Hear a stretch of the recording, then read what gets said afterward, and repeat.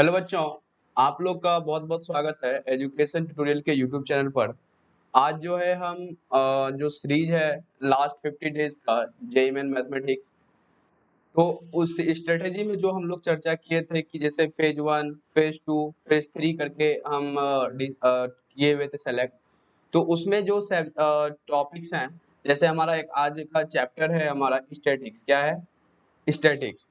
तो इसमें हम बताए हुए थे क्या कि कौन-कौन से इम्पोर्टेंट है फेज वाइज हम बताए हुए थे कि किसको पहले करना है और किसको बाद में करना है।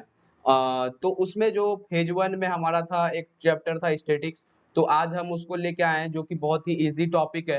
वो ये चैप्टर जो है सबके लिए ईज़ी होता है, ठीक है? तो इसलिए क्योंकि हम ये इस चैप्टर को 9th-10th में जो है पढ़े हुए रहते हैं, तो इसलिए ये हमारे लिए ईज़ी हो जाता है। थोड़ा-सा यहाँ पे नया पढ़ने के लिए होता है जैसे स्टैंडर्ड डेविएशंस, वेरिएंस, है ना? तो मीन डेविएशंस, तो ये सब नए-नए कुछ-कुछ टॉपिक्स इसमें एक्स्ट्रा ऐड होते हैं, लेकिन हमारा जो मेन है जैसे मीन का फ़ॉर्मूला, है ना? Sigma FX bye sigma F normally जो हम लोग 9th-10th में पढ़े थे, तो वही चीज़ है ना? तो काफ़ी ईज़ी ये चैप्टर है, ठीक है? तो उसमें जो है जैसे कि हम लोग लास्ट 50 डेज़ जो सेशन चला रहे हैं जेईई मेन का लेके उसका सेशन 1 एग्ज़ाम का, तो उसमें जैसे बताए हुए थे फेज 1 में कि कुछ टॉपिक हार्ड बताए थे कि हार्ड मतलब कि थोड़ा लेंथी टॉपिक्स और दूसरे साइड था क्या ईज़ी टॉपिक। जैसे लेंथी टॉपिक में हमारा 3D ज्योमेट्री था, है ना? मैट्रिक डिटरमिनेंट थे। तो ये सब चैप्टर थोड़ा लेंथी है इस सब चैप्टर के मुकाबले, है ना? तो इसलिए उसको धीरे-धीरे लेंगे, जैसे एक ईज़ी टॉपिक लेंगे, एक थोड़ा लेंथी टॉपिक लेंगे, जैसे आज स्टैटिक्स कर रहे हैं। तो वैसे ही हम क्या कर देंगे एक दिन 3D ज्योमेट्री, तो मतलब ऐसा सेशन चलता रहेगा, ठीक है? और हम मतलब एग्ज़ाम से पहले अच्छे से सब कंप्लीट फिनिश कर देंगे बढ़िया से एकदम, पूरा वन शॉट सीरीज़ चला रहे हैं। और इसमें हम पूरा का पूरा एक भी ऐसा कॉन्सेप्ट नहीं होगा, ऐसा भी थ्योरी नहीं होगा जो हमसे छूट जाए, है ना? तो उसका भी ध्यान रखेंगे और A to Z आपका जितना भी क्लास होगा 1 डेढ़ घंटे का जो भी होगा, तो उसमें पूरा का पूरा हम जो है वन शॉट में क्वेश्चन और उसके साथ-साथ हम थ्योरी भी अच्छे से कवर करेंगे। पहले थ्योरी कर लेंगे क्योंकि और थ्योरी थोड़ा फास्ट करेंगे क्योंकि थ्योरी तो आप लोग पहले से पढ़े हुए हो, तो इसलिए आप लोग को दिक्कत नहीं होगा। क्योंकि लास्ट टाइम में आप लोग पढ़ लिए होंगे और उसका सिर्फ ओवरव्यू दे देंगे, आप लोग को समझ में आ जाएगा। मेन हमारा मकसद रहेगा क्वेश्चन प्रैक्टिस करना, जितना ज़्यादा क्वेश्चन करेंगे, उतना बेनिफिट देखने के लिए मिलेगा कि ठीक है? तो हम ज़्यादा से ज़्यादा पीवाईक्यू करेंगे, प्रीवियस ईयर क्वेश्चन। तो उसमें जो है क्योंकि मैथमेटिक्स में पी बाय क्यू बहुत मायने रखती है ना? तो बहुत ऐसा क्वेश्चन होता है जो उसी पैटर्न पे नेक्स्ट टाइम पूछ दिया जाता है, तो इसलिए हम सब पे ध्यान रखेंगे। तो लास्ट 50 डेज़ का जो हमारा सीरीज़ चलेगा, उसमें पहला आज का टॉपिक है हमारा स्टैटिक्स और आज के लेक्चर में हम क्या किए हैं कि जितने भी थ्योरी है, उसको लिए हुए हैं स्टैटिक्स के और कुछ अच्छे अच्छे क्वेश्चन जो पीवाईक्यू में पूछे गए, है ना? और एक से सीरीज़ जो वीडियो है और एक बनेगा इसका एक लेक्चर और, जिसमें कि पूरा का पूरा और जो क्वेश्चन है जो बच गए हैं उसको भी कंप्लीट कर लेंगे, है ना? तो मुश्किल से समझिए एक चैप्टर का अधिक से अधिक 2 जो मतलब 2 वीडियो होगा, ठीक है? 2 लेक्चर अधिक से अधिक होंगे एक टॉपिक के। जैसे स्टैटिक्स है तो 2 हो गया, है ना? फिर इसी तरह से आगे जो हाइट एंड डिस्टेंस जो भी ईज़ी टॉपिक अगर फेज 1 में है, तो उसका भी 1 से 2 हो जाएगा। लेकिन थोड़ा-सा अगर लेंथी है तो हम उसको 3 वीडियो में भी निपटा सकते हैं, ताकि वीडियो ज़्यादा लंबा ना हो जाए, है ना? तो 3D ज्योमेट्री में जैसे होगा एक दिन थ्योरी होगा फिर 1 से 2 वीडियो में पूरा-पूरा क्वेश्चन उसका करवाएँगे। तो मतलब 2 से 3 वीडियो में हम पूरे चैप्टर को मतलब कवर करेंगे चैप्टर वाइज़, है ना? तो ठीक है, चलिए बिना टाइम वेस्ट किए हुए स्टार्ट करते हैं। तो हमारा टॉपिक स्टैटिक्स है। तो स्टैटिक्स में हम लोग को क्या करना है? Mean, median, mod. Normally basic जो है यही हमारा है ना? तो अब इसमें जो है कैसे मीन निकालते हैं मीडियन हो गया फिर मॉड हो गए। तो ये सब कैसे निकालते हैं इसका फ़ॉर्मूला देख लेते हैं स्टैटिक्स में। तो ठीक है देखते हैं। हमारा जो अ, हुँ, मीन क्या होता है? जो हम लोग नॉर्मली पढ़ लिए हैं, it is the average value of observations, है ना? तो जो इतने भी ऑब्जर्वेशंस होते हैं उसका जो एवरेज वैल्यू होता है, वही हमारा क्या कहलाता है? मीन कहलाता है ना? तो ये हम जान इसका डेफिनेशन तो जान ही रहे हैं। अब अगर मीन ऑफ अनग्रुप डाटा, तो अगर डेटा अनग्रुप्ड हो मतलब ग्रुपिंग में नहीं, जैसे कि हमारा होता है ना कि 1 to 10 इसके बीच इतना एलिमेंट है, 10 से 20 इसके बीच इतना एलिमेंट है, अगर ऐसा डेटा रहता है जो हम लोग 10th में पढ़े हैं, तो उसमें वो क्या हो गया, ग्रुप डेटा हो गया, है ना। मतलब इतने डेटा 1 से 10 अगर डेटा लिए हुए हैं, तो उसके बीच मान लिया 10 एलिमेंट है, तो ये ग्रुप बना हुआ है ना। तो अगर ऐसा फॉर्मेट पे है, तो वो ग्रुप का अभी बाद में पढ़ेंगे, यहाँ ग्रुप डेटा है और अनग्रुप डेटा है। अगर नॉर्मली अगर 10 एलिमेंट दे दिया गया है और बोलेगा इसका कि एवरेज निकालो, मीन निकालो, तो वो क्या हो गया, एक ग्रुप में तो है नहीं, तो अनग्रुप डेटा है। जैसे इस टाइप का x1 x2 x3 और xn है, तो इसका होता है, देखो x बार से हम रिप्रेजेंट करते हैं मीन को, क्या करते हैं, x बार को x बार से किसको रिप्रेजेंट करते हैं, हम मीन को करते हैं ना। तो हमारा जो मीन हो गया, तो ये क्या हो जाता है, जैसे मान लिए x1 x2 x3 ये नंबर है xn तक, तो इसका अगर मीन निकालेंगे तो क्या करेंगे, सबको ऐड करेंगे, x1 plus x2 plus x3 dot dot dot x9 xn, by क्या हो जाएगा, जितना एलिमेंट है उससे डिवाइड कर देना है ना। तो यहाँ पे ये हो गया, तो आप इस फॉर्मेट पे लिख सकते हैं, या अगर लिखना चाहें तो इस फॉर्मेट पे सिग्मा के फॉर्मेट पे लिख सकते हैं, कि सिग्मा हमारा क्या समेशन के लिए यूज होता है। तो 1 to 9 यहाँ पे x1 की जगह xi की जगह एक बार 1 रखेंगे, फिर x2 रखेंगे, तो इस तरह से इसको लिखेंगे और बाय क्या हो जाएगा xn बाय n, ठीक है।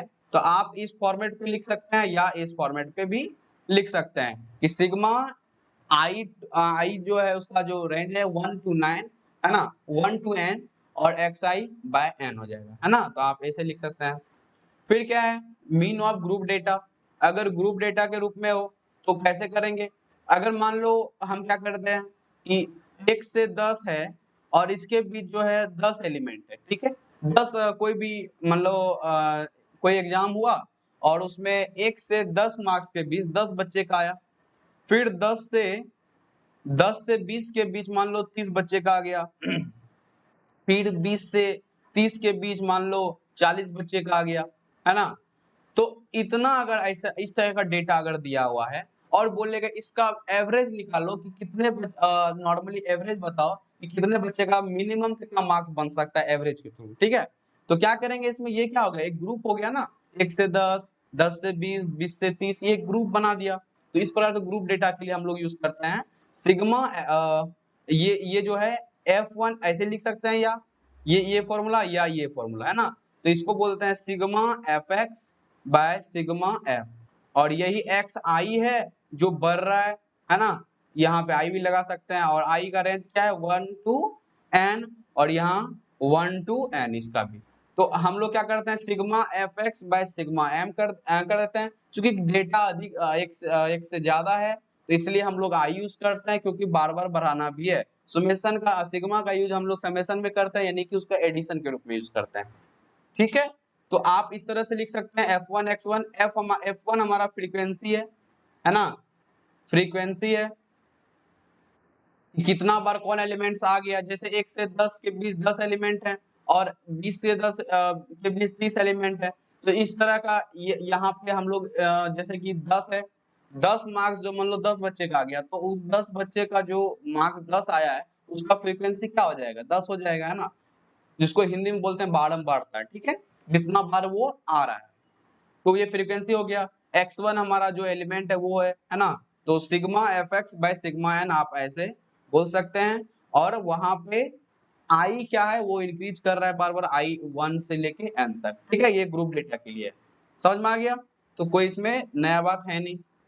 अब अगर ग्रुप मीन निकालेंगे कि जितना भी डेटा है सबका एवरेज दिया हुआ है, ठीक है, और फिर जाके उसका मीन अगर निकालना हो तो कैसे निकालेंगे, X bar is equal to n1 X bar, X मतलब x1 बार हो गया, फिर n2 x2 बार हो गया, है ना।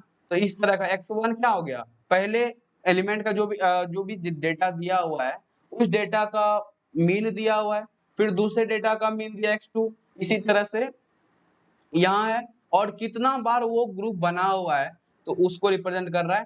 तो नॉर्मली ये ग्रुप डेटा इतना हो गया, है ना। क्वेश्चन करेंगे तो अच्छे समझ में आ जाएगा, इसमें कोई बड़ी बात है नहीं, है ना। तो एक्स बार क्या रिप्रेजेंट कर रहा है, एक्स बार कर रहा है कि टोटल एवरेज, ठीक है। और ये पर डेटा का, जैसे कि आपका जो ग्रुप है 1 to 10 है अगर, तो यहाँ से 1 to 10 अगर है, तो इसका मान लिया कुछ क्वेश्चन ऐसा है, हमारी क्वेश्चन है वैसा हम लिए हुए हैं, आपको समझ में आ जाएगा।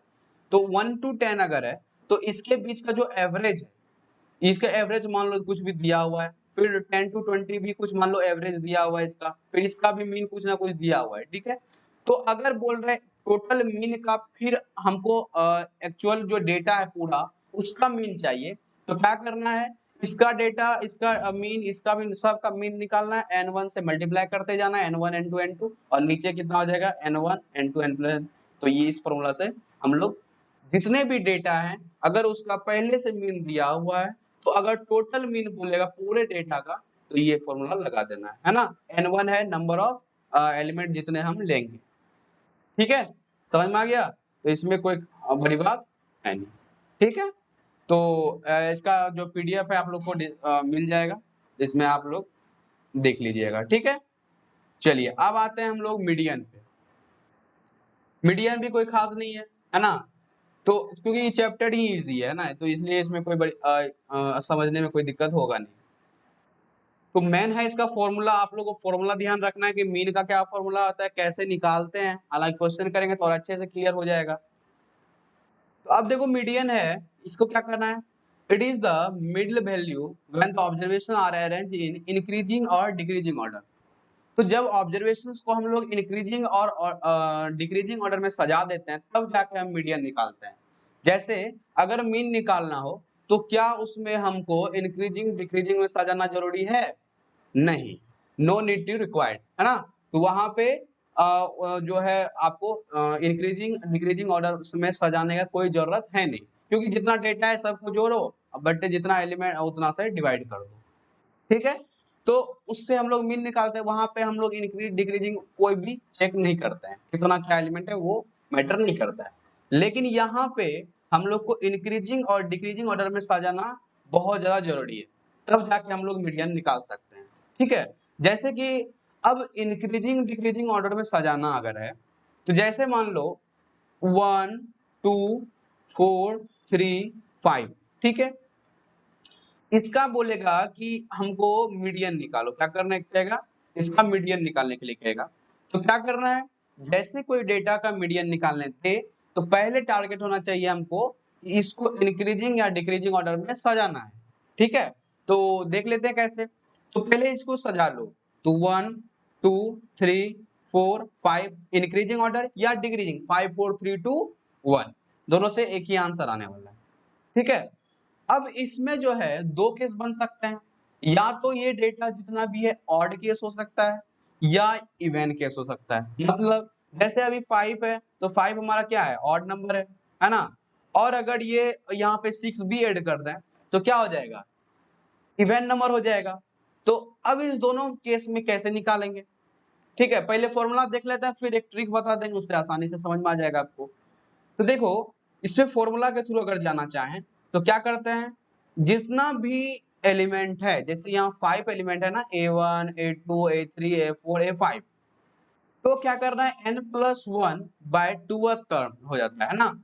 तो इसमें कैसे करेंगे, 5+1 बाय 2, और यहाँ इतना टर्म्स हो गया, मतलब इतना टर्म, तो जैसे ये सब करेंगे कितना हो जाएगा, 6/2 हो जाएगा ना, 6/2, और यहाँ पे 3 मतलब 3 नंबर का जो 3 पोजीशन का थर्ड पोजीशन का जो नंबर है वही हमारा मीन कहलाएगा। मतलब a3 इसका वैल्यू हो जाएगा, ये मीन इसका जो होगा वो हमारा क्या होगा, मीडियन सॉरी होगा क्या, वो हमारा a3 होगा, ठीक है। कैसे निकालते हैं, जितना भी एलिमेंट हो n+1/2 कर देंगे, उतना नंबर का जो एलिमेंट होगा वही हमारा क्या होगा, मीडियन कहलाएगा, ठीक है। तो यहाँ पे जैसे आसानी से रिकॉग्नाइज कर, यहाँ पे हो गया जितना भी है 5 है, 5+1/2 कर दो तो 3 हो गया, ये 3 हमारा क्या हो जाएगा, मीडियन हो जाएगा, ठीक है। और अगर केस अगर इवन केस हो, मतलब a4 हो, मतलब a1 a2 a3 a4, तो ये इवन केस है। तो इसमें कैसे करेंगे, इसका नियम है कि average of n/2th term and n+1, sorry यहाँ पे मिस्टेक हो गया है, यहाँ पे ऐसा होगा n/2 + 1 ऐसा होगा, ठीक है। हाँ, तो ये होगा, तो ये टर्म हो जाएगा हमारा क्या, मीडियन कहलाएगा। जैसे देखते हैं यहाँ पे दे दिए क्या, 1 3 4 2, ठीक है, ऐसा दे दिए डेटा। तो पहले क्या करना है, हमको सजाना है इंक्रीजिंग ऑर्डर या डिक्रीजिंग ऑर्डर में। तो जैसे हम इंक्रीजिंग ऑर्डर में सजा रहे हैं तो 1 2 3 और यहाँ क्या हो जाएगा, 4 हो जाएगा। अब अगर इसका मीडियन निकालना हो तो पहले तो सजा लिए, अब क्या करना है, डेट एलिमेंट कितने हैं, नंबर ऑफ एलिमेंट्स कितने हैं, 4 है ना। तो नंबर ऑफ एलिमेंट जब 4 है तो कैसे निकालना है, पहले तो एवरेज ऑफ n/2 है ना, n/2 तो मतलब 4/2 तो 2 हो जाएगा है ना, प्लस एंड, फिर एंड है, एंड लगाए, और फिर क्या है n/2 + 1 टर्म है, तो n/2 क्या हो जाएगा आपका 4/2, तो यानी 2 +1 यानी 3 है, थर्ड टर्म है ना। तो यानी कि हमारा जो 2 टर्म और 3 टर्म का जो एवरेज है वही हमारा क्या निकल के आ जाएगा, मीन निकल जाएगा। 2 टर्म हमारा क्या है 2 है, और 3 टर्म जो है तीसरे नंबर का क्या है 3 है, तो इसको इसका एवरेज निकालेंगे तो 2 + 3/2 यानी 5/2, तो ये हो जाएगा 2.5, यही हमारा मीडियन हो जाएगा। समझ में आया। तो यहां से इस फॉर्मूले की मदद से हम कर सकते हैं n/2 + 1 होता है, ठीक है, समझ में आ गया। अब देखो ये तो फॉर्मूला हो गया, अब अगर डायरेक्ट इसको निकालना हो तो कैसे निकालेंगे, तो सीधी बात है कि अगर तुमको डेटा दिया हुआ है तो पहले इंक्रीजिंग या डिक्रीजिंग ऑर्डर में तो सजा ही लो, उसमें कोई दिक्कत नहीं होनी चाहिए, पहले उसको सजा लेना है, ठीक है। जब इंक्रीजिंग या डिक्रीजिंग ऑर्डर में सजा लेंगे तब क्या करना है, अगर केस इवन हो या ऑड हो, ठीक है, अगर ऑड केस हो तो सीधा उसका बीच वाला जो टर्म है वो उठा लेना है, वही आपका मीडियन हो जाएगा। जैसे अगर हम दे दें क्या 6 3 4 2 1 है ना, तो इसको पहले क्या करेंगे, सजाएंगे हम लोग, तो 1 2 3 4 6, अगर इसका मीडियन निकालना हो तो इसका बीच वाला क्या है, 2 इधर 2 इधर, तो ये हमारा 3 हो गया ना, यही हमारा मीडियन हो जाएगा। ये जो मीडियन है ये 3 हमारा क्या हो जाएगा, मीडियन। सीधा आप बीच वाला टर्म उठा लेना है, वही हमारा क्या कहलाएगा, मीडियन कहलाएगा। समझ में आ गया। तो ये कौन से केस के लिए, ऑड केस के लिए, तो बीच वाला इसमें तो इजीली रिकॉग्नाइज हो जाएगा। अब अगर इवन केस ले लें, जैसे कि मान लो 1 3 1 4 2, तो पहले इसको सजाएंगे 1 2 3 4 कर लिए। इसमें बीच वाला टर्म कैसे लोगे, इसमें तो ऑड इवन कैसा ना, तो आपका बीच वाला 2 बन सकता है 2 और 3 है ना, 2 और 3 बन सकता है। तो बस यही दोनों को क्या करो, बीच वाला लो और दोनों को, इन दोनों का एवरेज निकाल लो, तो 2 3 कितना हो गया 5/2 यानी 2.5 हो जाएगा, है ना। देखो यही यही था ना 1 2 3 4, देखो इसका निकला 2.5 फॉर्मूला की मदद से, या डायरेक्ट बीच वाला उठा लेना है, वही आपका क्या आ जाएगा, मीडियन आ जाएगा, ठीक है। तो समझ में आ गया आप लोग को। तो यही बात है कि अगर एवरेज है मतलब अगर ऑड है तो बीच वाला उठा लेना है, पहले सजाना जरूरी है, पहला जो टर्म कंडीशन इसका है कि इंक्रीजिंग ऑर्डर या डिक्रीजिंग ऑर्डर में सजाना जरूरी है, किसी ऑर्डर में सजा लो, लेकिन एक ट्रेंड बना लो कि ताकि आपको एग्जाम में उसको दिक्कत ना हो, या अगर इंक्रीजिंग में ही सजाना हो तो इजिली इंक्रीज में ही सजा लो, ठीक है, तो ताकि दिक्कत ना हो उसमें, पता चला यहाँ इंक्रीज डिक्रीज कर रहे हो तो गड़बड़ ना हो जाए एग्जाम में, है ना। तो हम जैसे इंक्रीजिंग ऑर्डर को इजी होता है करना, तो आप लोग भी अगर करना चाहें तो उससे कर सकते हैं। फिर यहाँ पे n/2 plus n/2 plus 1 term हो जाएगा, फिर इसका एवरेज निकाल लो, तो वहां से इवन केस का निकल जाएगा, और डायरेक्ट ये फॉर्मूला मतलब डायरेक्ट ट्रिक्स पे काम करो, बीच वाला उठाओ उसका एवरेज निकाल लो, और ऑड केस है सीधा उठा के उसका बीच वाला टर्म हमारा क्या हो जाएगा, मीडियन हो जाएगा, है ना। तो मीडियन खत्म हो गया ना। अब आता है हमारा मॉड। मॉड हमारा है कि इसमें होता है it is the observation with maximum frequency. तो फ्रीक्वेंसी हम पहले बता चुके हैं कि जो एलिमेंट जितने बार आता है तो वही हमारा फ्रीक्वेंसी कहलाता है। जैसे 2 आया मान लो 5 बार, एक डेटा लिए जिसमें 2 5 बार आ रहा है, तो इसका फ्रीक्वेंसी क्या हो जाएगा 5 हो जाएगा, है ना। तो यहाँ पे जो मैक्सिमम फ्रीक्वेंसी हो जाएगा जितने एलिमेंट का, जो एलिमेंट जितने बार अधिक आएगा वही उसका फ्रीक्वेंसी हो जाएगा। जैसे अगर मान लो हम ले ले क्या कि 1 फिर 2 2 3 3 3 5, ठीक है। अगर ऐसा रह जाए और बोलेंगे इसका फ्रीक्वेंसी निकालो, तो कैसे निकालना है?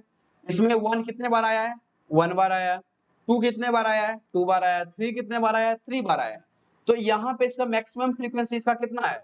यहाँ 3 का है, जो 3 बार आया हुआ है, तो यानी 3 हमारा क्या हो जाएगा? मॉड हो जाएगा। 3 हमारा क्या हो जाएगा? मॉड हो जाएगा। समझ में आ गया? इसमें कोई बड़ी बात है नहीं, ठीक है। और अगर मान लो 1 है, 2 है, 2 है, 3 है, 3 है, 5 है, अगर ऐसा हो, इसका अगर मॉड निकालना हो तो कैसे निकालेंगे? तो यहाँ पे देखो 2 भी 2 बार आया हुआ है, 3 भी 2 बार आया हुआ है, तो दोनों का तो फ्रीक्वेंसी सेम हो गया। तो दोनों का जब फ्रीक्वेंसी सेम होगा तो यहाँ पे दोनों को ऐड कर देना है। क्या कर देना है? दोनों को ऐड, एवरेज निकाल लेना है। तो 2 + 3/2 यानी 5/2, तो इसका हो जाएगा 2.5, है ना, 2.5। तो इस तरह से काम करना है। अगर दो डेटा ही सेम हो जाए उसका मैन फ्रीक्वेंसी, तो दोनों को सम करके बाय 2 कर दो, यानी कि एवरेज उसका निकाल लो, ठीक है। कोई इसमें कोई बड़ी बात नहीं है। आई होप आप लोग को समझ में आ गया होगा, ठीक है। तो अब तीसरी स्लाइड में बढ़ते हैं। तीसरा हमारा है कि रिलेशन बिटवीन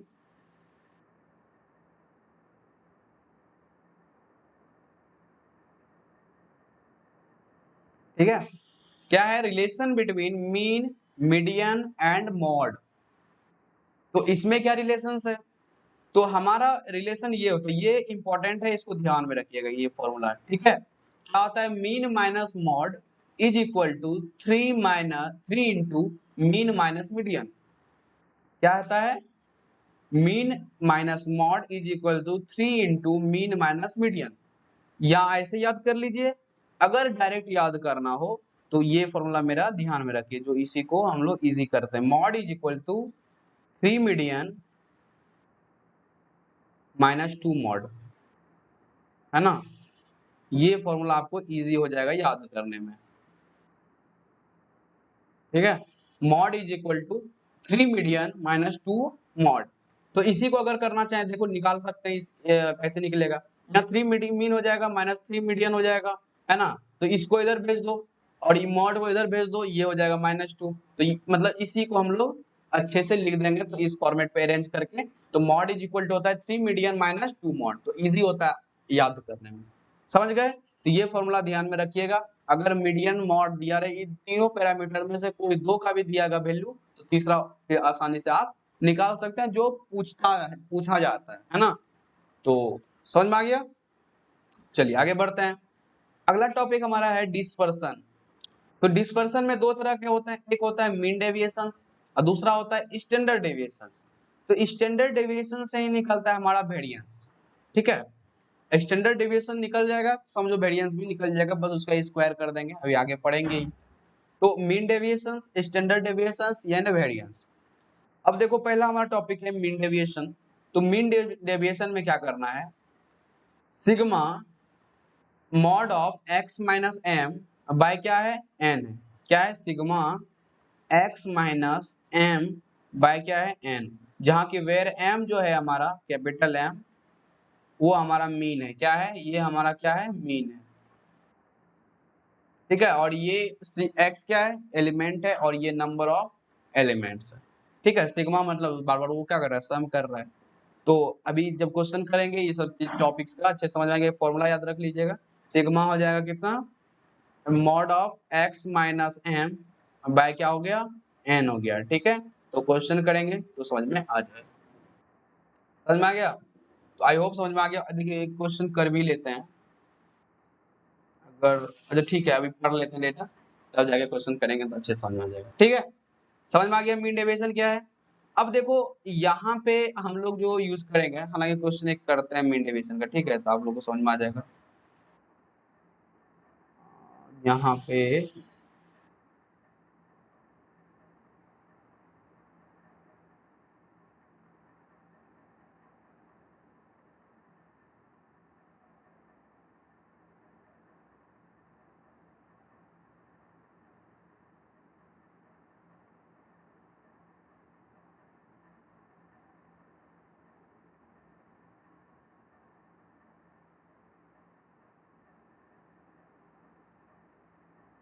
तीन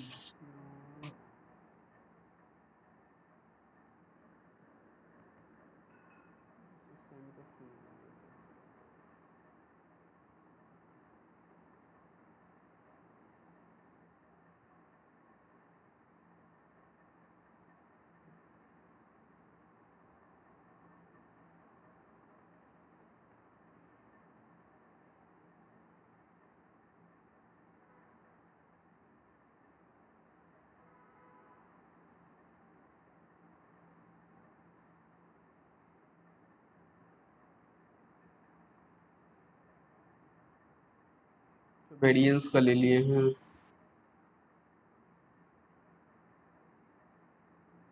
शायद से क्वेश्चन नहीं लिए हैं। ठीक है, क्वेश्चन हालांकि कल नेक्स्ट सेशन में जो है पूरा क्वेश्चन प्रैक्टिस करेंगे, अभी शायद क्वेश्चन इसका लिए नहीं है, तो देख लेते हैं। ठीक है, अब देखो यहाँ पे समझ में आ गया, ये बस x माइनस एम जो मीन है वो निकालना है और उसमें बार बार घटाते जाना है वहां से डेटा से, और वहां से फिर बाय एन कर देंगे। ये क्वेश्चन करेंगे तो समझ में आ जाएगा सब फॉर्मूले। ठीक है, नेक्स्ट सेशन में पूरा का पूरा पी बाई क्यू लेंगे स्टैटिक्स का ही। ठीक है, पहले बोल दिए 2 लेक्चर लेंगे इसका, आज पूरा थ्योरी है, 2-4 क्वेश्चन होंगे। अब कल के सेशन में बहुत ज्यादा खाली सिर्फ क्वेश्चन होंगे। ठीक है, तो चलिए तीसरे वीडियो चौथा जो हमारा स्लाइड है उसमें है स्टैंडर्ड डेविएशन। क्या है? स्टैंडर्ड डेविएशन है ना।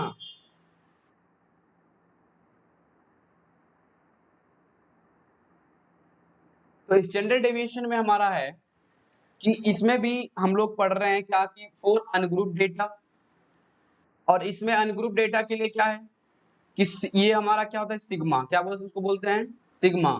ठीक है, तो स्टैंडर्ड डेविएशन को हम लोग जो है सिग्मा से रिप्रेजेंट करते हैं, तो हो जाता है sigma is equal to root under sigma x minus x bar का होल स्क्वायर बाय एन। क्या आता है? एक्स माइनस एक्स बार का होल स्क्वायर बाय क्या होता है एन होता है, ये हमारा सिग्मा होता है। इसको बोलते हैं स्टैंडर्ड डेविएशन। क्या बोलते हैं? Standard deviation. ठीक है, और जिसमें कि एन हमारा क्या है टोटल ऑब्जर्वेशंस है, एन हमारा क्या है टोटल ऑब्जर्वेशंस है, और एक्स बार हमारा क्या है ये हमारा मीन है। क्या है? मीन है। ठीक है, तो इसका का मतलब माइनस का whole square by N root under लगा दो। और यहाँ पे नॉट एक चीज है कि standard deviation is always calculated about mean. तो स्टैंडर्ड डेविएशन जो है यहाँ पे जैसे कि देखो वहां पे मीन डेविएशन था, जब हम लोग निकालेंगे उसको, तो जब हम मीन निकालते हैं तो कैसे निकालते हैं? सब का सम करके बटे जितना एलिमेंट है, तो यानी बीच वाला टर्म देता है। तो बीच वाला टर्म में हम लोग मीडियन भी यूज कर सकते हैं, मीन भी यूज कर सकते हैं। जो हम लोग मीन डेविएशन में पढ़े कि x माइनस एक्स बार पढ़े थे ना, या x माइनस एम पढ़े थे। एम हमारा क्या था? मीन था। तो मीन हमारा क्या होता है? बीच वाला टर्म होता है। तो वहां पे मीन के जगह हम लोग मीडियन भी यूज कर सकते थे, मीन भी कर सकते थे। तो लेकिन यहाँ पे क्या है स्टैंडर्ड डेविएशन में ऑलवेज जो यूज करना है, ठीक है, वो हमारा मीन यूज करना है। ठीक है, हमेशा उसका यहाँ पे मीन से काम करना है, ना कि मीडियन से करना है। ठीक है, अभी आप लोग को लग रहा हो क्या मीन मीडियन कर रहे हैं, क्वेश्चन करेंगे तो समझ में आ जाएगा। ठीक है, तो बार बार बोल रहे हैं इस फॉर्मूले को आप लोग ध्यान में रखिएगा।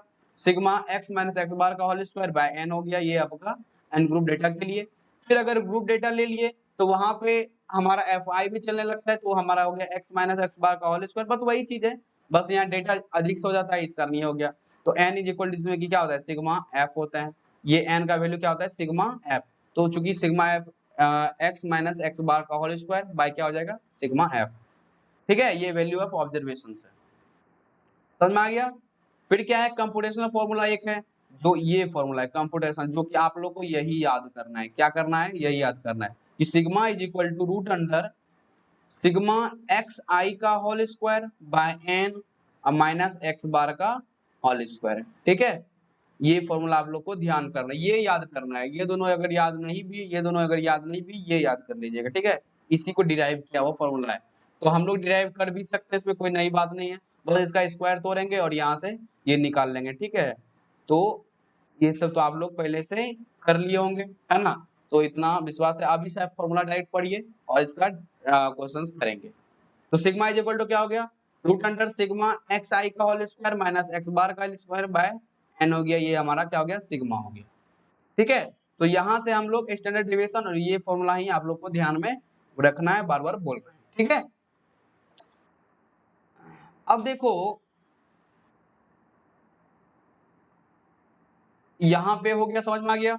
तो रुको 1 मिनट, हम स्लाइड जोड़ लेते हैं, एक स्लाइड, और यहाँ पे हम इसका काम कर ही देते हैं, है ना। चलो इसका हम डेरिवेशन कर देते हैं, आप लोग को समझ में आ जाएगा ये।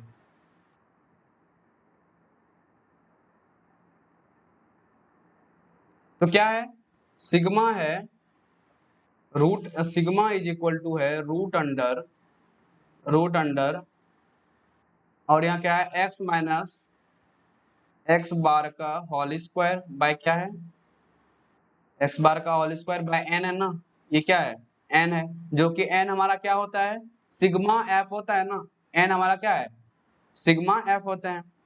तो यहाँ पे जो हमारा हो गया यहाँ पे, तो ये हमारा क्या हो गया एन हो गया। तो अब कैसे निकालेंगे इसको, तो देख लो, अगर ये हमारा जो रूट अंडर है तो इसको तोड़ेंगे तो ये क्या बनेगा x square minus plus x bar का whole square minus 2 × x × x bar हो गया ना, और नीचे क्या है एन है। तो root under sigma X square by N और फिर क्या है प्लस सिग्मा एक्स बार का होल स्क्वायर, नीचे क्या हो जाएगा एन हो जाएगा माइनस सिग्मा 2x x बार बाय क्या हो जाएगा एन हो जाएगा, है ना। तो अब जो है हमारा यहाँ पे हो जाएगा एक्स बार का हो गया, तो यहाँ पे ये हमारा क्या बन गया रूट अंडर सिग्मा एक्स आई, जो भी आई हम बार बार इंक्रीज कर रहा है तो आई लिख भी सकते हैं, यहाँ पे नहीं भी लिख दो, यहाँ पे एक्स स्क्वायर एन हो गया। अब देखो ये एक्स बार है तो यहाँ पे हमारा क्या है ये मीन है ना, तो यानी कि एक्स बार तो मीन निकला हुआ है तो पहले से इसको बाहर कर दो, इसमें तो कोई नई बात है नहीं। और यहाँ 1 हो जाएगा, सिग्मा 1 का वैल्यू क्या होता है एन होता है, एन हो गया, और नीचे एन हमारा है माइनस, फिर क्या है सिग्मा 2x बार है ना, तो 2x को इधर कर दो, 2x बार को बाहर कर दो, और सिग्मा x का वैल्यू क्या होता है सिग्मा x बार बार बढ़ रहा है ना, ये सिग्मा x बाय एन हो जाएगा, है ना।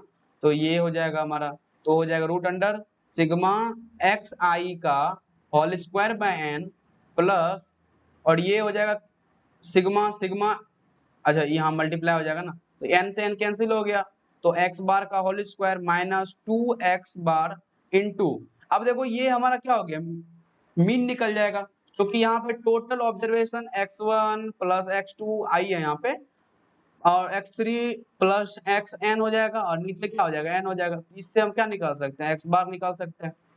तो यहाँ पे ये x बार बन गया, तो x बार यहाँ पे बन गया ये, तो बन गया रूट अंडर सिग्मा एक्स आई का होल स्क्वायर बाय एन, और यहाँ हो जाएगा क्या 2x बार का होल स्क्वायर एक माइनस, तो ये हो जाएगा माइनस एक्स बार का होल स्क्वायर, है ना।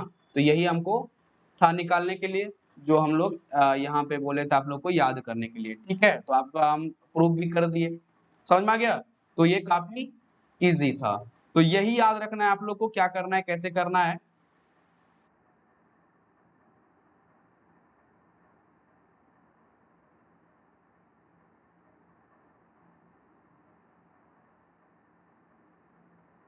मिनट,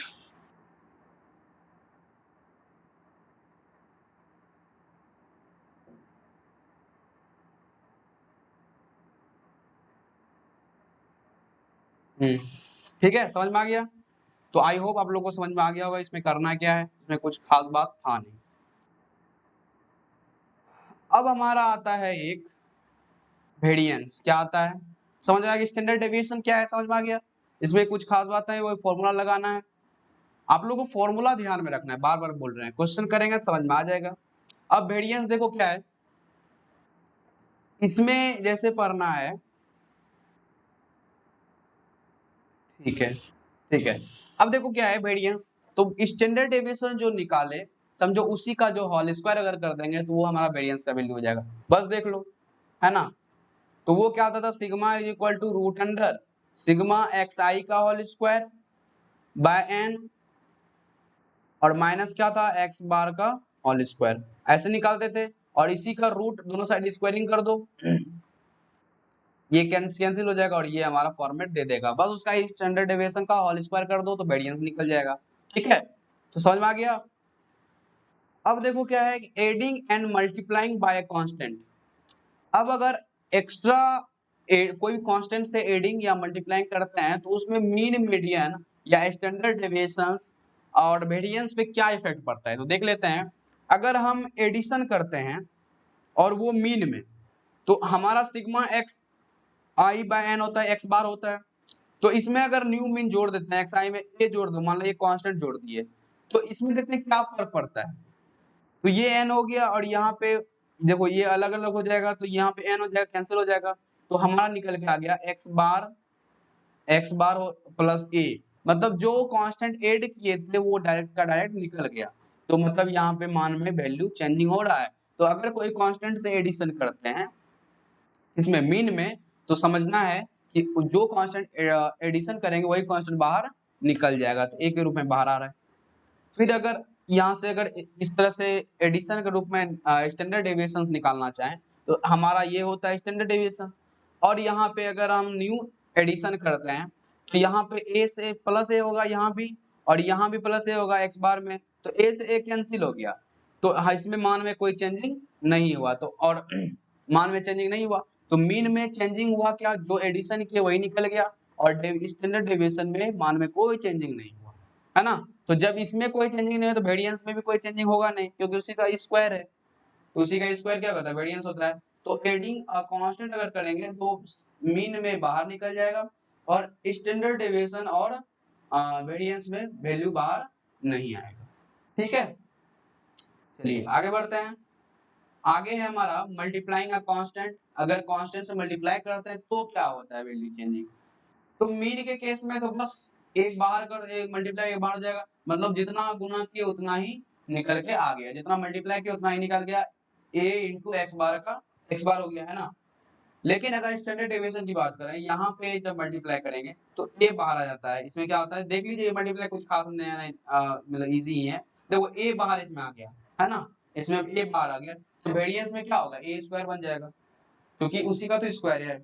तो अगर मल्टीप्लाइंग कांस्टेंट करता है तो मीन और स्टैंडर्ड डेविएशन और वेरिएंस पे भी इफेक्ट पड़ता है इसका। ठीक है, तो ये आपको ध्यान में रखना है। ठीक है, तो चलिए इतना थ्योरी हो गया, थ्योरी कंप्लीट है। इतना ही थ्योरी है इसमें कि क्या क्या करना है स्टडीज में। अब इससे बाहर आपको एक भी थ्योरी पढ़ना नहीं। हाँ, थोड़ा सा क्या करना है आप लोग को, 10th क्लास का जो एनसीईआरटी बुक है उसमें जो स्टैटिक्स का फॉर्मूला है, जैसे आपका मीन मीडियन मॉड, ठीक है, वो डेटा टाइप का है ना फॉर्मूला, उसको ध्यान में रखना है आप लोग को। ठीक है, 10th का जो स्टैटिक्स चैप्टर है उसका 2-4 क्वेश्चन इस टाइप कर लीजिएगा, तो जेएमएल में कभी कभी उसका भी पूछता है। अब तो उसी का लगभग न्यूमेरिकल वैल्यू में पूछता है डेटा में।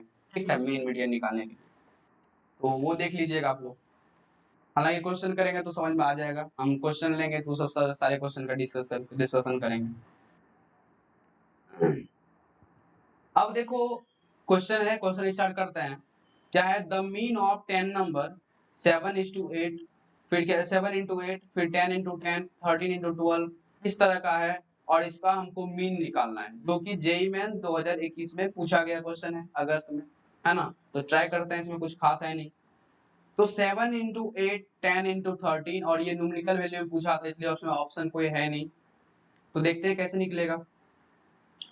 तो हमारा जो 7 है इंटू 8 है, फिर क्या है, फिर कोमा 10 × 13 है, सॉरी 10 × 10 है, फिर 13 × 12 है, कोमा 16 × 14 है, और यहाँ तक 10 नंबर तक गया है, ये भी 10 तक गया है, और ये 8 वाला टर्म भी 10 तक गया है ना। इस तरह से चल रहा है। तो पहले एक जनरल टर्म निकालते हैं, 7 का जनरल टर्म क्या हो सकता है। तो यहाँ पे देख रहे हैं कि a का वैल्यू कितना है, 7 है, 7 से 10 हुआ, 10 से 13 बना, 13 से 16 बन गया ना। इसका मतलब है कि AP सीरीज में बढ़ रहा है, तो डिफरेंस कितना है, 3 का है, और यहाँ पे वैल्यू n का वैल्यू कितना है, 10 है। तो यहाँ से an निकालो, तो a प्लस यानी 7 + 9d, 9 × 3, sorry n general term निकालो n के फॉर्मेट में, ठीक है, करो। तो यहाँ पे n के फॉर्मेट निकालेंगे तो ये हो जाएगा कितना 7 plus n minus 1 n general term निकालते हैं और d कितना है d हमारा 3 है तो इसको कर दो 3n और ये क्या हो जाएगा प्लस 4 हो जाएगा है ना 3n प्लस 4 हो गया। फिर इसी तरह से 8 10 12 14 इसका भी निकालते हैं तो a का वैल्यू कितना है 8 है d है हमारा 2 और यहाँ से an निकालेंगे तो 8 प्लस क्या हो जाएगा n माइनस 1 इंटू 2 हो जाएगा तो 2n हो जाएगा और यहाँ कितना हो जाएगा 6 हो जाएगा 2n प्लस 6। ठीक है तो बस ये जनरल टर्म निकल गया। आप सबको क्या कर दो सिग्मा लगाओ और यहाँ से इसको मल्टीप्लाई कर दो 3n plus 4 into 2n plus 6 ये क्या हो गया सबका सम हो गया ना। इस तरह सिग्मा लगा दिए तो ये सबका ये पहले वाले टर्म का 10 नंबर तक सम हो गया फिर ये 2n प्लस 6 ये 8 वाला का सम हो गया और नीचे क्या कर देंगे हम जितना भी सम है कितना टोटल है 10 है ना sigma F X by sigma F कितना टर्म हो जाएगा हमारा बताओ 10 नंबर तक जाना है तो नीचे 10 से डिवीजन कर दो इसका है ना तो बस लगा दो और n कहाँ तक जाना है n का वैल्यू जो है वो हमारा 1 से लेके 10 तक जाना है ना तो sigma n is equal to 1 to 10 और यहाँ इसको मल्टीप्लाई करो कितना हो जाएगा ये 6n स्क्वायर 6n स्क्वायर हो जाएगा ना प्लस कितना हो जाएगा 18n प्लस 8n और प्लस कितना हो जाएगा 24 कितना ही होगा ठीक है और नीचे कितना हो जाएगा 10 हो जाएगा। तो अब देखो क्या करना पड़ेगा इसमें इसमें क्या करोगे अब 6 को बाहर कर दो और सिग्मा n स्क्वायर है ना n स्क्वायर है तो यहाँ पे इसका वैल्यू रखेंगे तो आपको पता है सिग्मा n स्क्वायर का जो वैल्यू होता है वो n into N plus one into 2n plus one by 6 होता है ना तो बस यही लगा देंगे तो यहाँ पे लगाएंगे तो क्या बन जाएगा ये n into N plus one into 2n plus one by 6 है और 6 से पहले से मल्टीप्लाई में है फिर है 18 और सिग्मा n हो जाएगा ना सिग्मा n है तो हमारा जो है क्या हो जाएगा ये n into N plus one by two फिर क्या है अच्छा 26 ये दोनों को जोड़ेगा 26 तो ये डायरेक्ट 26 हम यहाँ पे लिख देते हैं ठीक है डायरेक्ट 26 लिख देते हैं और ये हो जाएगा कितना 24 और यहाँ से सिग्मा वन हो जाएगा तो सिग्मा वन का वैल्यू हो जाएगा तो सिग्मा वन कहाँ तक गया 10 तक गया ये 10 कर दो नीचे और टोटली नीचे क्या हो जाएगा 10 हो जाएगा है ना 6 से 6 कैंसिल हो गया ये 13 से कैंसिल हो जाएगा और यहाँ पे वही फॉर्मूला लगा देना है n का वैल्यू 10 n के जगह 10 लग दो 10 गुना 11 गुना क्या हो जाएगा 21 हो जाएगा है ना फिर प्लस फिर क्या हो जाएगा 13 इंटू 10 इंटू 11 फिर प्लस 24 इंटू 10 सबको मल्टीप्लाई कर दो नीचे 10 कर दो तो आपका जो आएगा ऊपर का वैल्यू आ जाएगा 3980 और नीचे 10 ये कैंसिल कर दो तो 398 हो जाएगा आंसर। ठीक है तो यही करना है इस तरह के क्वेश्चन काफी पूछे जाते हैं न्यूमेरिकल वैल्यू में ठीक है जो देख लो 2021 में पूछा गया तो कितना इजी था कुछ थोड़ा सा एपी का कॉन्सेप्ट लगा हुआ था तो इसी तरह का इजी है जो मतलब काफी इजी था ना इसमें क्या करते थे हम लोग जनरल टर्म निकाले जो जनरल टर्म निकला जनरल टर्म में फिर क्या करते मल्टीप्लाई करके हम सिग्मा लगा देते थे और वहां से सिग्मा निकाल के सिग्मा सिग्मा लगा के हम लोग आंसर निकाल सकते हैं। ठीक है समझ में आ गया तो इसमें कोई बड़ी बात है नहीं ये फॉर्मूला काफी इजी था तो इसी तरह के क्वेश्चन पूछे जाते हैं इस चैप्टर में काफी इजी क्वेश्चन पूछे जाते हैं ठीक है इसमें कुछ एक्स्ट्रा दिमाग नहीं लगाना होता है जो फॉर्मूला पढ़ो फॉर्मूला याद होना चाहिए उसका क्वेश्चन इजी बन जाएगा। चलो अब दूसरा क्वेश्चन में बढ़ते हैं आगे। अब देखो क्वेश्चन है हमारा जेईई मेन जो अगस्त 2021 में ही पूछा गया है ना तो इसमें क्या है let n be the odd natural number such that the variance 1 2 3 4 n है इज 14 तो हमारा जो वेरिएंस दिया हुआ है वो कितना दिया हुआ है 14 दिया हुआ है और यहाँ से n is equal to n का वैल्यू निकालना है। ठीक है तो वेरिएंस से रिलेटेड क्वेश्चन है ना तो वेरिएंस हम लोग कैसे निकालते हैं जल्दी बताओ पहले हम लोग वेरिएंस निकालते हैं sigma square is equal to sigma x आई का whole square by n minus x bar का होल स्क्वायर ये करते हैं ना। तो अब बताओ जो सिग्मा स्क्वायर है इसका वैल्यू तो पहले से दिया हुआ है 14 है ना वेरिएंस का वैल्यू तो 14 दिया हुआ है, यहाँ 14 लगा दो।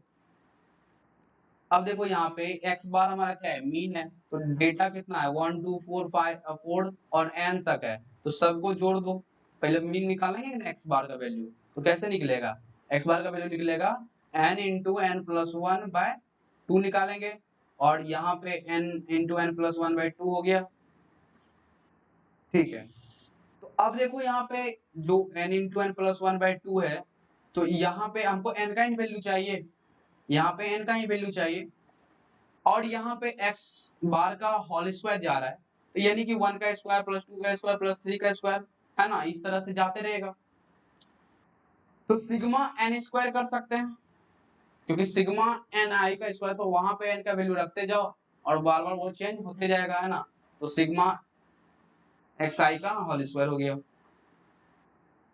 और नीचे सिग्मा n है, तो यहाँ से अगर सिग्मा एक्स आई का होल स्क्वायर लिखेंगे तो ये बार बार चेंज हो रहा है, तो इसको लिखेंगे क्या, n into N plus one into two N plus one by क्या हो जाएगा 6 हो जाएगा, और नीचे क्या है n है हमारा, है ना, और यहाँ x बार है, तो इसका स्क्वायर करोगे तो कितना हो जाएगा बताओ, इसका हो जाएगा n square into N plus one,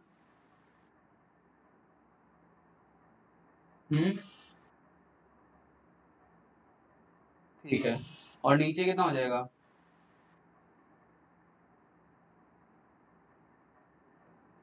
nut,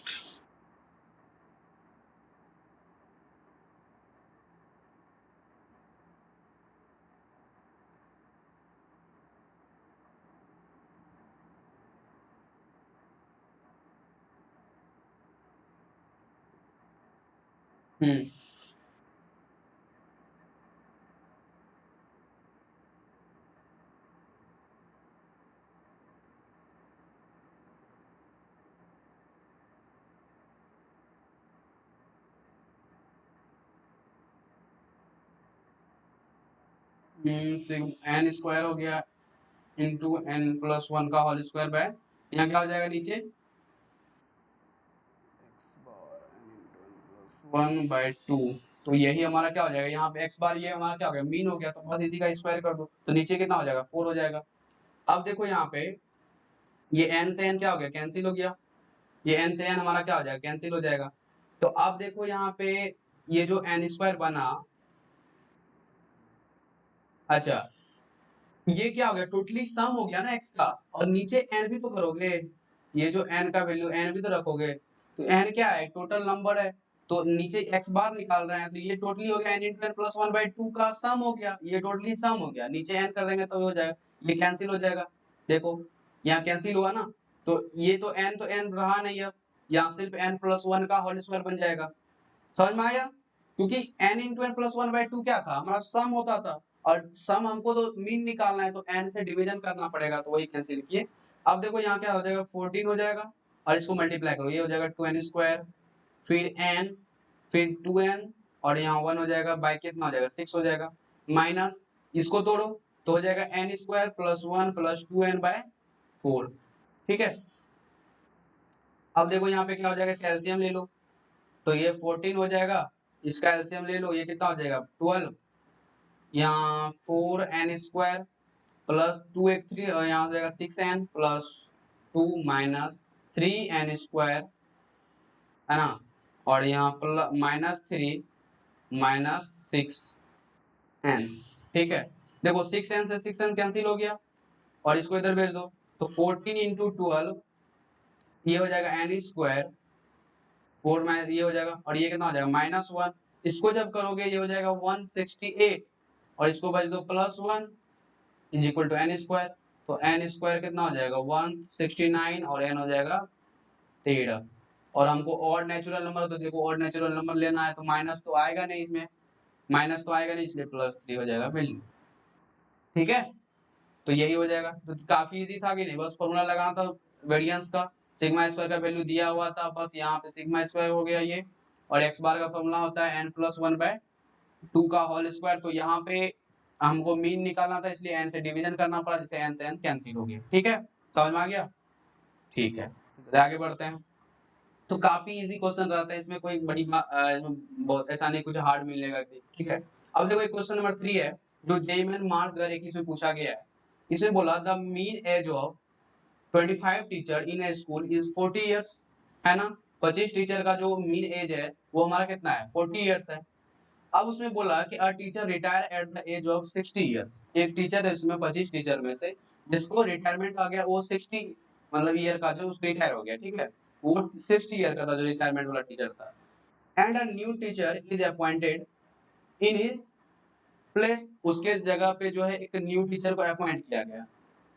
if the mean age if the teacher in the school now is 39 years, ठीक है, तब जाके जब अब उसको 60 ईयर वाला को हटा के नया टीचर जब अपॉइंट किया तो उसका जो मीन एज है पहले होता था 40, तो अब हो गया कितना, 39 हो गया मीन एज, ठीक है।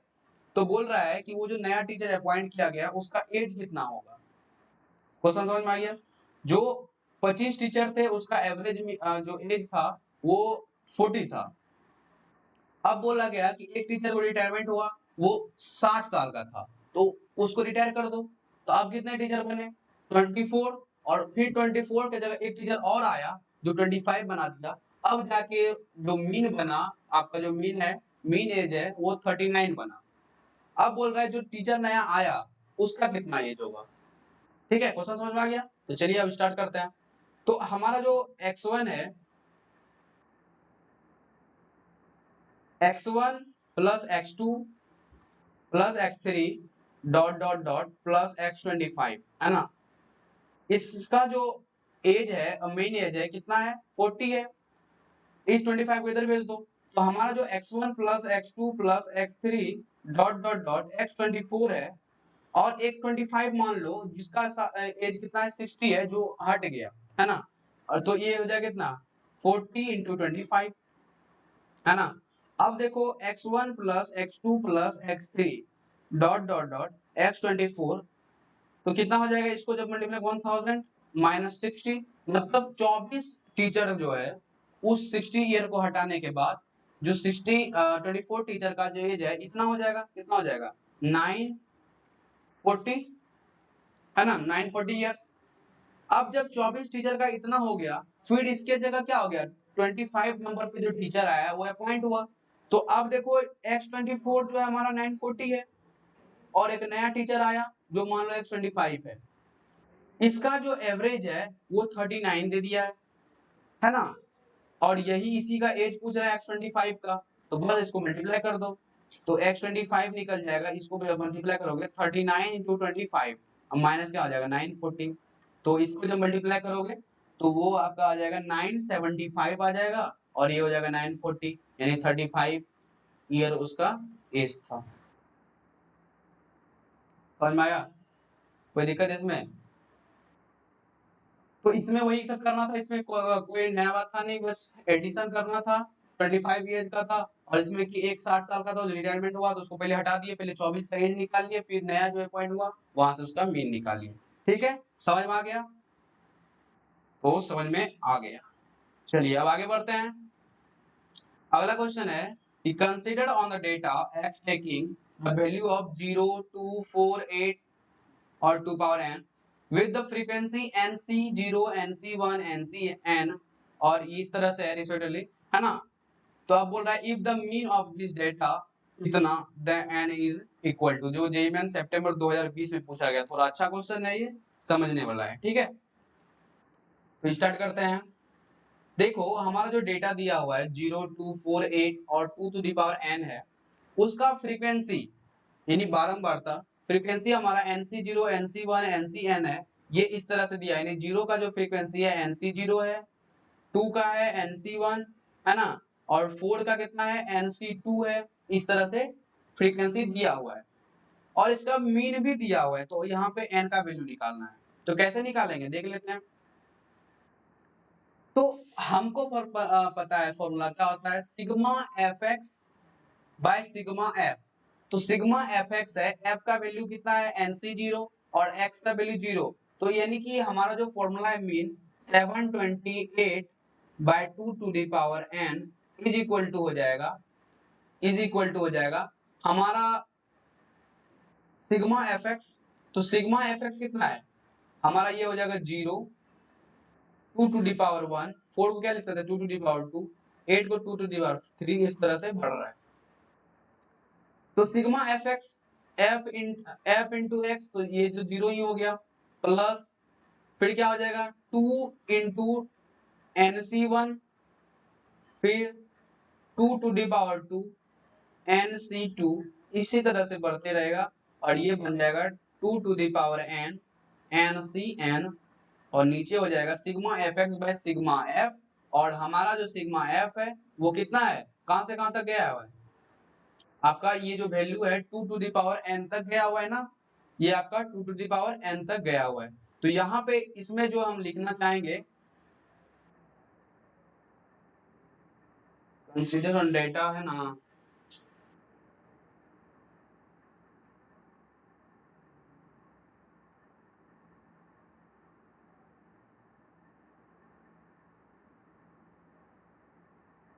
टू दी पावर 3, तो ये कितना, यहाँ पे जीरो आपका एक है, ठीक है, फिर इसको जोड़ते जाओ तो ये आपका एन बनता है, ठीक है।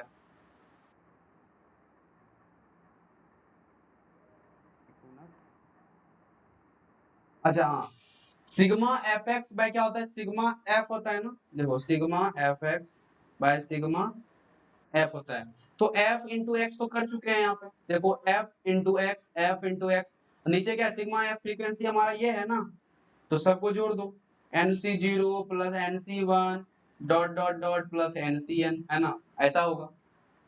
अब देखो ये कितना है 728 by 2 to the power N, और इसको जोड़ेगा तो यहाँ पे देखो ये क्या है, जीरो है, ठीक है, जीरो को लेते हैं, और यहाँ क्या है 2 into N C one plus 2 to the power 2 N C two, अभी ऊपर वाले रहने देते हैं, और नीचे है N C zero N C one, इस तरह से है।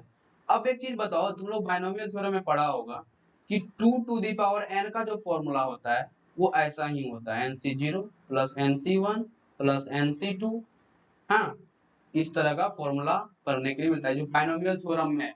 इसको प्रूव भी कर सकते हैं, प्रूव कैसे करेंगे, तो यहाँ पे 1 प्लस 1 पे पावर एन कर सकते हैं ना, वहां पे होता है एन सी जीरो प्लस, और यहाँ पे एक्स का वैल्यू अगर है तो एक टू द पावर एन हो जाएगा, और एन सी वन है ना, one one to the power N minus one, और वन वन का हो जाएगा वन, है ना, ये बाइनोमियल थ्योरम का टू टू याद ही कर लीजिएगा, two to the power N का फॉर्मूला होता है N C zero plus N C one plus N C two, और एन सी एन तक जाएगा, है ना। तो देखो इसी टाइप का सीरीज बन रहा है, तो यहाँ पे इसके जगह क्या लिख सकते हैं, two to the power N लिख सकते हैं, देखो ये कैंसिल हो गया। अब देखो ये क्या बना 728, ऊपर बनेगा, ऊपर है हमारा zero plus two into N C one, two to the power two N C two, तो यहाँ पे जो फॉर्मूला है वो जो है, तो यहाँ पे देखो एक फॉर्मूला होता है जो बाइनोमियल थ्योरम में पढ़ोगे तुम लोग, ए प्लस बी का पावर एन, सब डिस्कशन करेंगे, ये होता है एन सी जीरो, और यहाँ होता है a to the power N minus zero, फिर b to the power n plus N C one, फिर a to the power N minus one, और यहाँ हो जाएगा बी, सॉरी यहाँ पे जीरो हो जाता है, और ये one plus N C two A to the power N minus two, और यहाँ B two dot dot dot N C N into A to the power N minus N B to the power N, ये formula होता है एक जो binomial theorem में आप लोग पढ़े होंगे, ठीक है, बस इसी पे लगा देंगे। यहाँ पे ए की जगह वन और बी की जगह अगर टू लगा देंगे तो ये फॉर्मूला क्या बन जाएगा, ये बन जाएगा n C zero a to the power, ए की जगह क्या है वन है ना, वन है, one to the power N minus zero, और बी यानी टू पे पावर जीरो हो गया, फिर प्लस एन सी वन, यहाँ पे एन सी वन, ए की जगह तो वन है, वन का कितना पावर रहे उसका तो मैटर करता नहीं है, तो ये वन ही रह गया, और यहाँ डायरेक्ट खाली बी का करते हैं, बी हमारा क्या है दो है, two to the power one, फिर एन सी टू, ए का तो केस वन है, इसमें तो करना ही नहीं कुछ, क्योंकि वन का पावर कितना भी रहेगा तो मैटर नहीं करता है, और यहाँ पे क्या आ जाएगा two to the power two, तो देखो तो इस तरह का सीरीज बन जाएगा, और ये बन जाएगा एन सी एन, और यहाँ two to the power N बन जाएगा, ठीक है। देखो तो ये सीरीज हमारा ये कितना बन गया एन सी जीरो, और ये तो वन ही बन गया, plus two N C one plus two to the power two N C two dot dot dot two power N और एन सी n। देखो ये फॉर्मूला बन गया और इसको लिखेंगे कितना लिखेंगे 3 पावर n लिख सकते हैं ना। तो 3 पावर n लिख सकते हैं, यानी कि वो बाइनोमियल थ्योरम का लग रहा है, ठीक है, नीचे भी वही लगा। अब देखो ये सीरीज बन गया, तो इसके जगह लेकिन देखो यहाँ पे यहाँ जीरो भी आ रहा है ना, वहां भी जीरो वो क्या हो गया था, यहाँ पे हम डायरेक्ट स्टार्ट किए हुए थे, यहाँ पे एनसी जो जीरो का फॉर्मूला है ये आपका तो 1 बनेगा, लेकिन क्या यहाँ पे 1 है?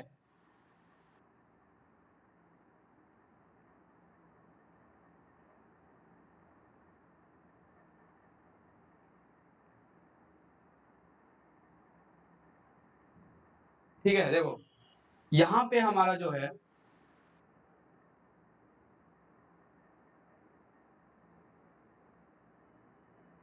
यहाँ पे हमारा जो है 1 तो है, यहाँ पे 1 है, लेकिन इस केस में हमारा यहाँ पे 1 है नहीं, तो क्या करेंगे 3 पावर n लिख देंगे और -1 कर देंगे। ठीक है, -1 कर देंगे तो उससे क्या हो जाएगा, ये हमारा डेटा वो कैंसिल हो जाएगा। ठीक है, नीचे हो गया। अब इसको उठा के इधर भेज दो, तो ये हो गया 729 is equal to 3 power n, और ये 3 टू दी पावर 6 का वैल्यू जो होता है 3 पावर n है, तो यहाँ से हमारा n इज इक्वल टू कितना निकल गया 6 इज द राइट आंसर। समझ में आया? तो थोड़ा लेंदी क्वेश्चन था, तो दमदार क्वेश्चन था, अच्छा था, दिमाग लगाने वाला था कि यहाँ पे वही करना है, NC 0 यहाँ NC n तक जाना है, इसका value 2 to the power n होता है, इससे ये कैंसिल हो गया, और ये 0 है 2 टू द पावर NC 1, ये फॉर्मूला ऊपर वाला ये बाइनोमियल का याद होना चाहिए फॉर्मूला, अगर ये याद होता तो आसानी से कर लेते। ये जो फॉर्मूला है ये फॉर्मूला आप लोग को याद रखना जरूरी है। ठीक है, जो बाइनोमियल देखो बाइनोमियल का कॉन्सेप्ट यहाँ लग रहा है, एपी का भी कॉन्सेप्ट लगा, तो यानी कि समझे पूरा का पूरा एक इस तरह का रहता है, सब में जरूरत पड़ता है, यानी सबको जरूरत आपको, हालांकि जब हालांकि सब चैप्टर कंप्लीट करेंगे वही फेज अकॉर्डिंग जो आपको पहले स्ट्रेटेजी सेशन में हम बता दिया उसी के अकॉर्डिंग काम होगा, और नेक्स्ट सेशन जो आएगा आपका इसी से रिलेटेड आएगा, मतलब इसी का पीवाईक्यू पूरा, अभी तो 3-4 क्वेश्चन लिए हैं पीवाईक्यू में, लेकिन इससे भी ज्यादा क्वेश्चन हम लोग लेंगे। ठीक है, जितने भी पीवाई कम से कम 2019 के ऊपर का जितना भी पीवाईक्यू रहेगा वो सारा का सारा इंपॉर्टेंट है, सब हमारे साथ प्रैक्टिस कीजिएगा। ठीक है, अब जो है समझ में आ गया, तो इसी तरह में सेशन चलता रहेगा हम लोग का, और जो लास्ट 50 डेज है उससे पहले ही आपका पूरा का पूरा जो है ये चैप्टर जो है कंप्लीट हो जाएगा। ठीक है, तो इतने पढ़ाई करते रहें पूरा का पूरा। ठीक है, तो थैंक यू इस लेक्चर में बने रहने के लिए, और इसी तरह जो है हम लोग सपोर्ट करते रहिए, इससे हम लोग जो है पूरा का पूरा आपको सेशन कंप्लीट जितना भी है टेंशन नहीं लेना है, मैथ में ठीक है जितने भी होगा हम अच्छे से कंप्लीट करेंगे, पूरा का पूरा पीवाईक्यू करेंगे, पूरा का पूरा थ्योरी करेंगे, कोई भी ऐसा टॉपिक होगा जो मतलब ऐसा नहीं कि टॉपिक छूट जाए, ठीक है, सबका ध्यान रखेंगे। ठीक है, तो एकदम चिंता मुक्त होकर पढ़ते रहिए, ठीक है, पढ़ाई करते रहें, ऑल द वेरी बेस्ट।